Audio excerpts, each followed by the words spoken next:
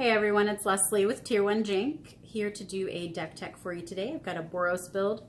Marcus and I are going to be doing another paper match here coming up pretty soon. He's running his Jeskai control, and if you want to see the deck tech for that, you can check that out on our channel. This deck that I put together is actually a really basic one. I think it is anyways, and this was kind of inspired by Marcus's daughter actually.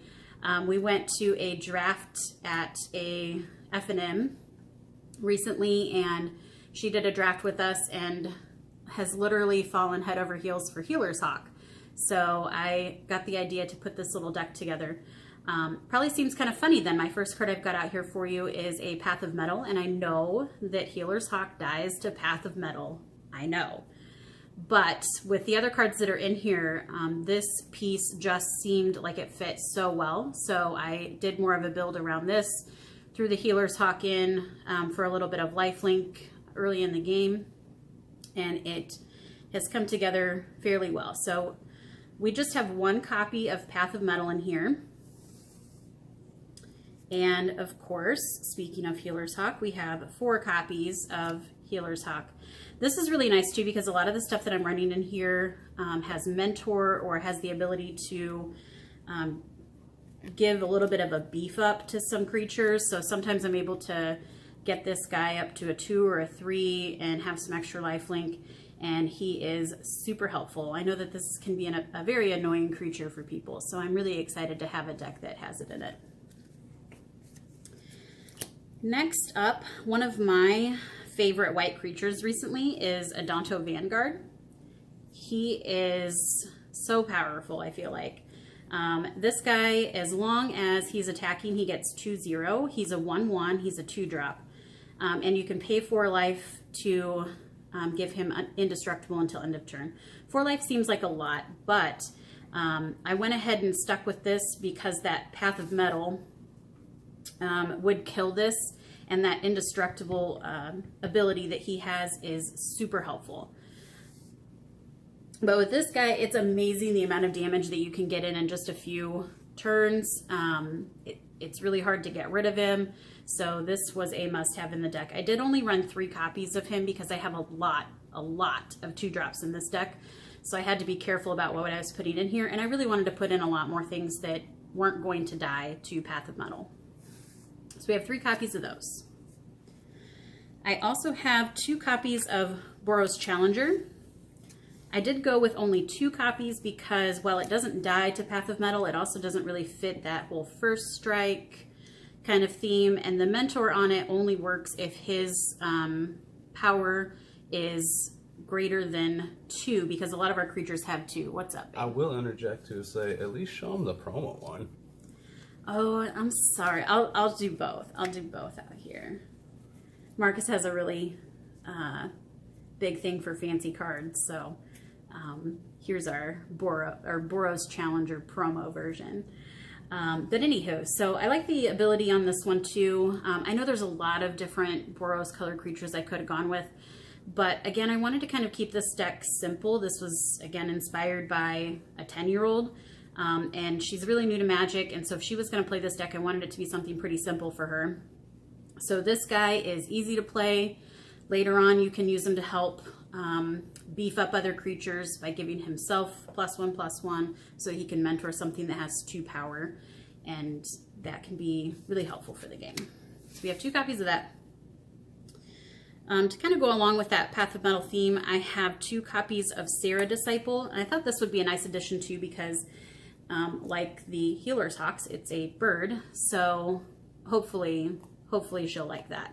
But it also has first strike, so Path of Mettle isn't going to hit it for that 1 point of damage.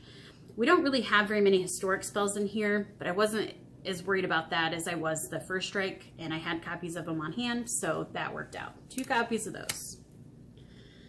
Another guy that I've really grown to like is this Sunhome Stalwart. I think for the cost, he just has everything you could want in a 2-cost creature. First strike, he's a 2/2. The mentor on him is really helpful when you have that Healer's Hawk out or a Sarah Disciple. And again, for a 2-drop, he can do a lot of work. So I have 3 copies of that. I have 4 copies of Sky Knight Legionnaire. This guy is a 3-drop and has flying and haste. So again, it's not going to get hit for that point of damage with Path of Mettle, which usually isn't going to make that big of a difference. But if for some reason, you know, a 1/1 was blocking it or something like that, that would help make sure that if Path of Mettle came out while he was out, then it's not going to die. Oh, never mind. Path of Mettle's not going to hit that one. It's got haste.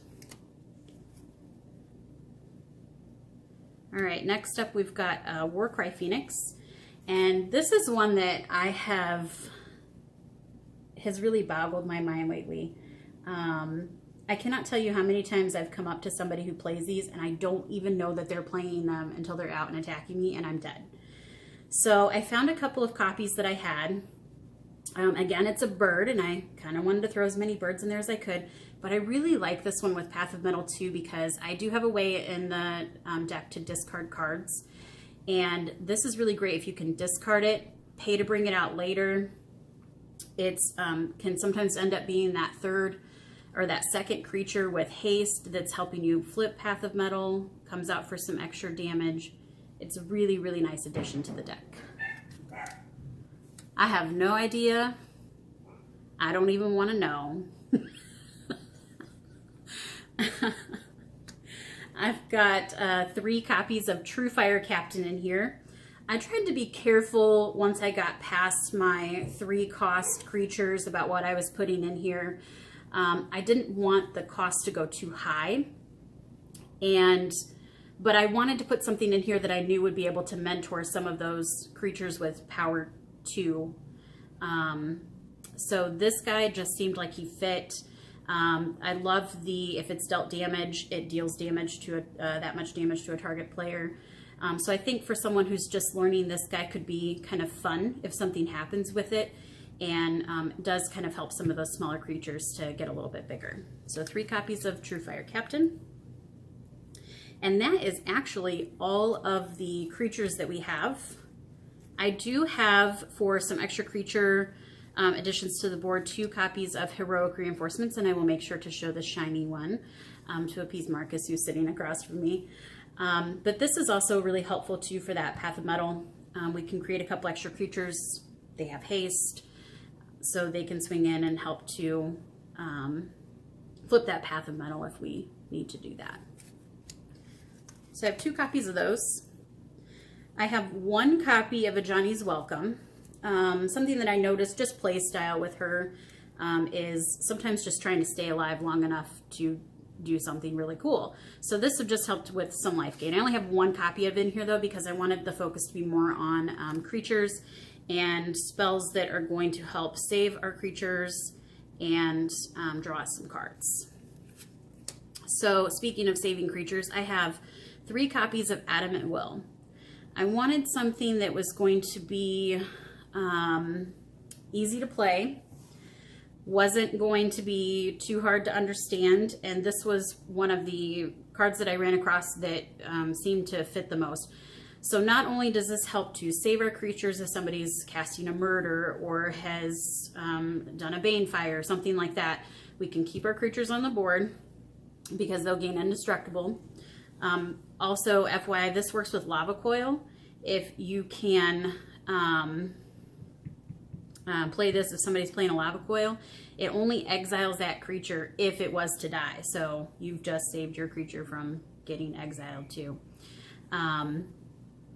But we can also use it as a way to help beef up some of our creatures that have Mentor, so they can mentor another creature if we need to. So it kind of has a little bit of a double duty there. So I have 3 copies of that. I wanted to make sure we had some card draw in here because we do have a very low mana curve. So I have 2 copies of Ritual of Rejuvenation. I totally would love to run Revitalize, but even though it's a common, I can't seem to get my hands on any. We only have a few copies here, and I know that Marcus runs those in his Jeskai deck. So I think this is going to be good too, just for a beginner learning that there are cards that are good or that can work for a certain purpose, but sometimes there's better cards. So I think it's good to have stuff in there too if you're kind of teaching someone to play. showing them how they can get cards that are better and make their deck better. So I'm hoping to use this for that purpose too.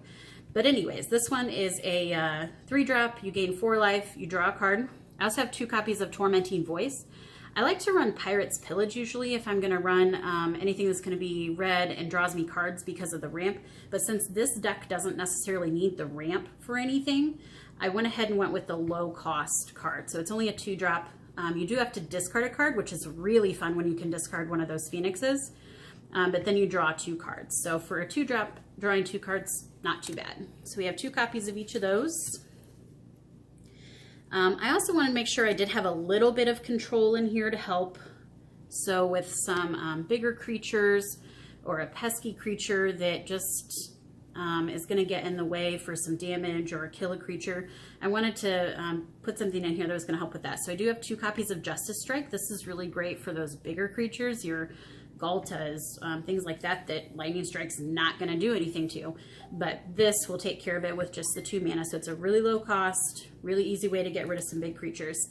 And then I have 3 copies of Lightning Strike. And so this again will do a little bit of double duty if we needed to do a few points of damage to finish off the opponent, or if we needed to get rid of a smaller creature that's kind of driving us crazy. So those are the cards for the deck. I do have 21 lands in the deck. Again, I wanted to keep it really simple because this is kind of a deck designed for a beginner. So I do have 4 copies of Boros Guildgate, just so we have a little bit of mana control on our color fixing there. I have pretty sure about equal numbers of mountains and plains, but in addition, I have a copy of Memorial to Glory just to give us the added advantage of being able to get some creatures out in case our board has been wiped, something like that. We don't have any cards in hand, we haven't been able to draw. This will help to get us something out on the board at least. So that is the little Boros deck that I've built. Please leave some comments. Let me know if you have any tips or tricks as we teach a new player. And I hope to see you back here in a little bit as we go head to head. Thanks for watching. Talk to you later.